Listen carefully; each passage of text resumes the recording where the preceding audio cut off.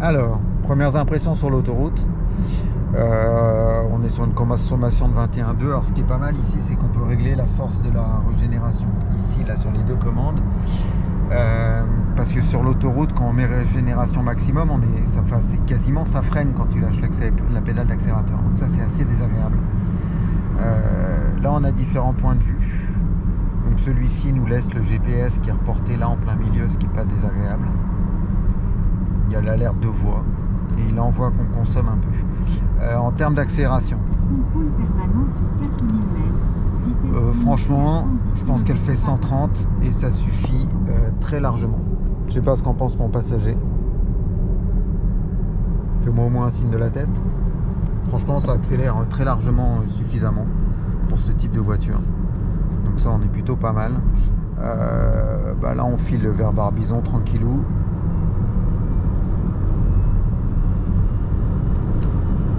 Voilà. Bon, on a fait une pointe à 122. Ça monte directement. C'est même très rapidement. La stabilité est bonne, les bruits aérodynamiques, j'ai pas dépassé, mais jusqu'à 110, 120, c'est très confortable et très agréable.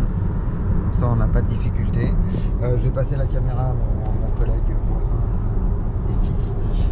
Donc en premier, non ressenti, le volant est très sympa. La stabilité est bonne, en tout cas sur autoroute.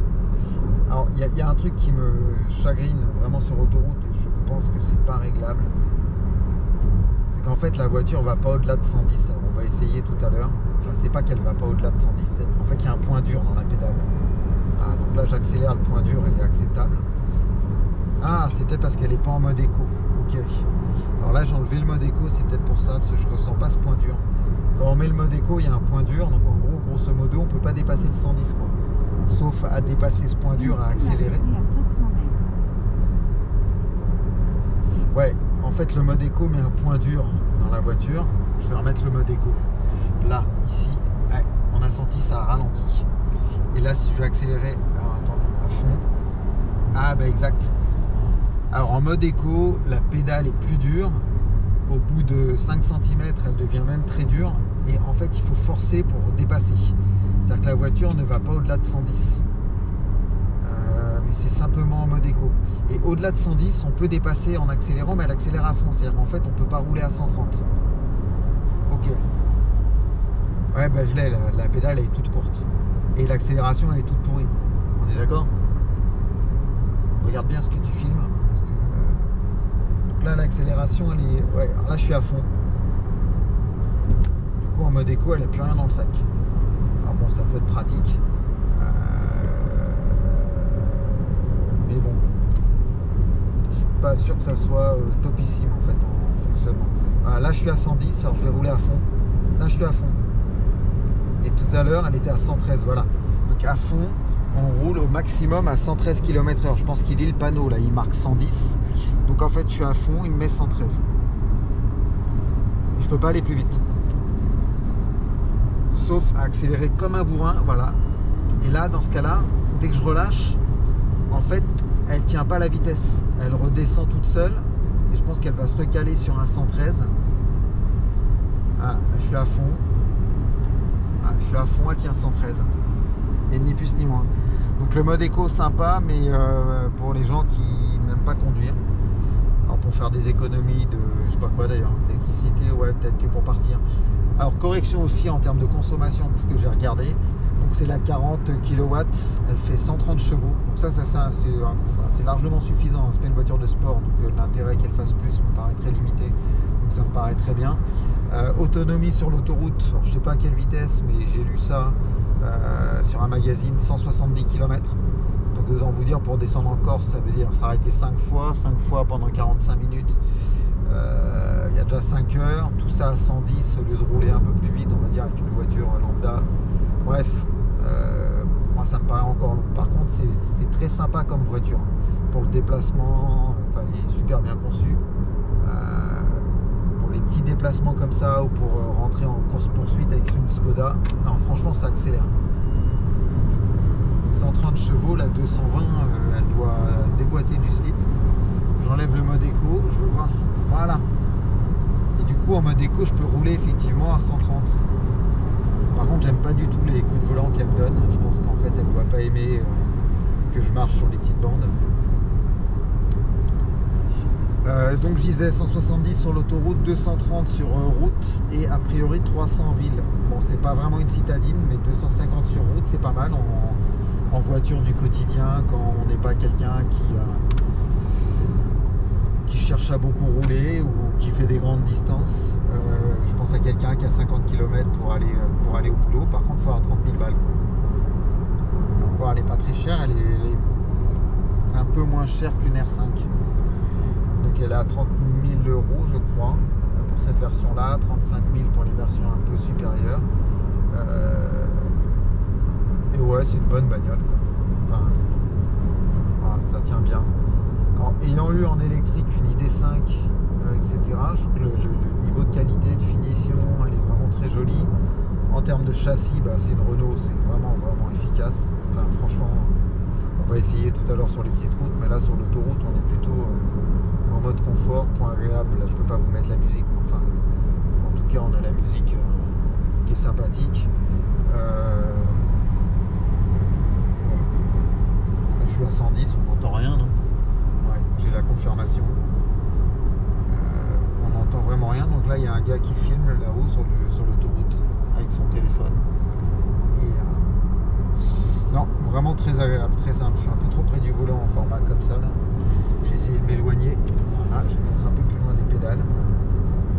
Et là je suis en régénération maximum. Donc on peut de temps en temps lâcher l'accélérateur pour régénérer dans les descentes. Et tu vois ou pas là la vitesse? Je vais attendre je vais accélérer 130, c'est 130. On va vite être. Donc ça filme. Alors on va se faire une VMAX en Mégane E-Tech.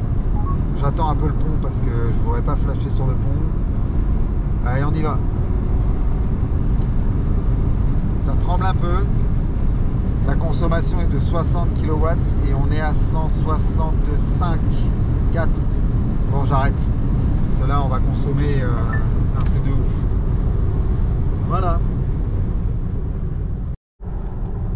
On voici dans la Mégane E-Tech en plein soleil. Et cette fois je ne conduis pas.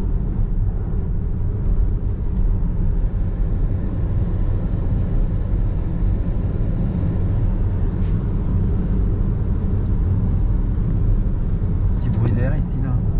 C'est assez étonnant d'ailleurs. Alors c'est peut-être parce que dans une voiture normale, comme il n'y a pas de bruit, comme il y a un bruit de moteur, on ne se rend pas compte. Des bruits d'air importants.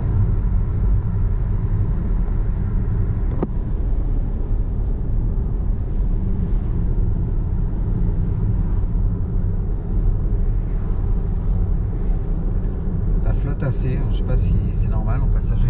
Je trouve que la voiture elle flotte. Alors c'est peut-être parce que bon effectivement c'était une Alpine, donc du coup c'est plus haut. Mais autant conducteur ça va, autant un passager, je trouve qu'il y a un côté un peu vomito. Je sais pas si vous voyez ce que je veux dire. T'as ce ressenti toi aussi ou pas? Ouais, pareil.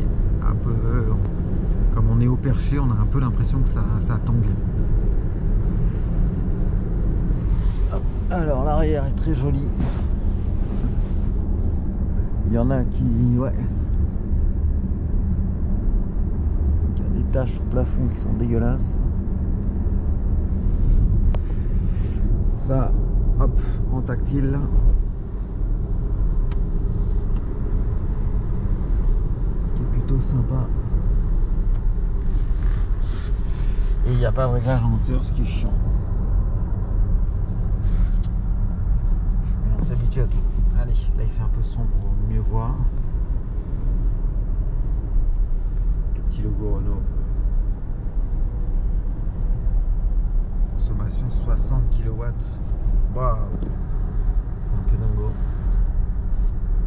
Bon, nous on va aller chercher un peu de gorgonzola pour pas vous le cacher. On arrive à Milly-la-Forêt. Et donc on retourne chercher Alpine à Bray contre Robert. Allez. Non, si, c'est agréable. Il y a vraiment zéro bruit, quoi. Donc ça, c'est le côté plutôt sympa. Puis franchement, on n'a pas vu le soleil depuis je sais même pas combien de temps, mais une journée ensoleillée comme ça vaut, ça vaut de l'or, même si la température extérieure est un peu fraîche avec un 5-6 degrés. Waouh, que c'est bon. Alors on poursuit, on va récupérer l'Alpine. Alors on a un peu plus de recul sur la voiture. Donc il n'y a pas de radar à l'avant, je confirme.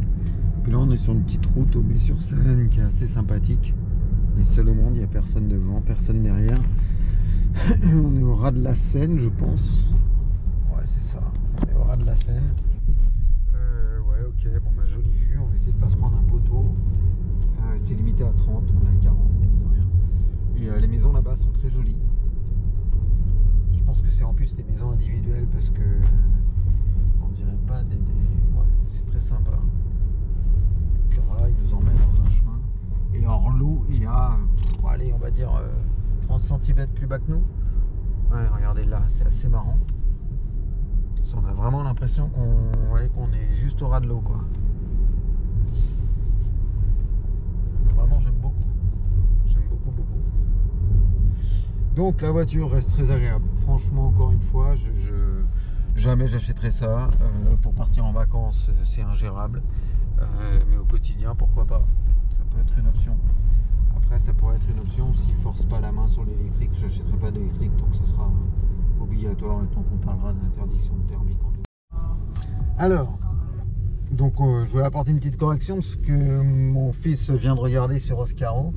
C'est bon, franchement, les accélérations là, c'est quand même ça patate bien.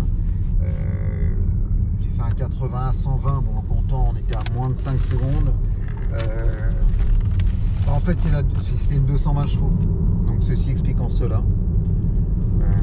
C'est pour ça que ça marche plutôt pas mal et que en fait voilà, on revient très vite sur les voitures.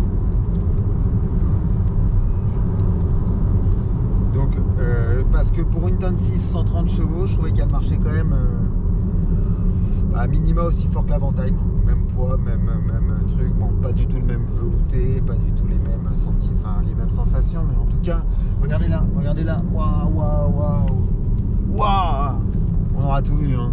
C'est chaud. Bon bah c'est une 220 chevaux, j'ai raconté que de la merde depuis le début. En bande organique. Bon, il y a beaucoup de bruit. Là c'est réservé au personnel, donc c'est pas là. Bon, on va la laisser là. Je pense qu'ils vont ressortir ici. Et on va aller donc récupérer Titine. Le bruit.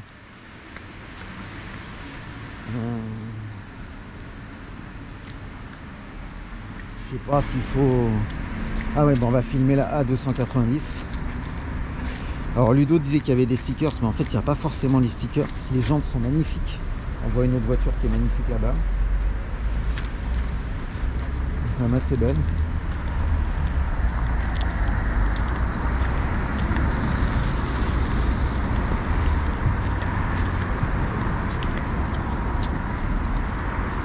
Bon, et la nôtre là, putain la couleur. Wow.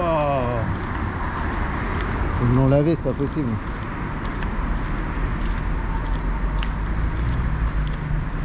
Eh mais le soleil est trop beau. Ah bah celle-là on l'a...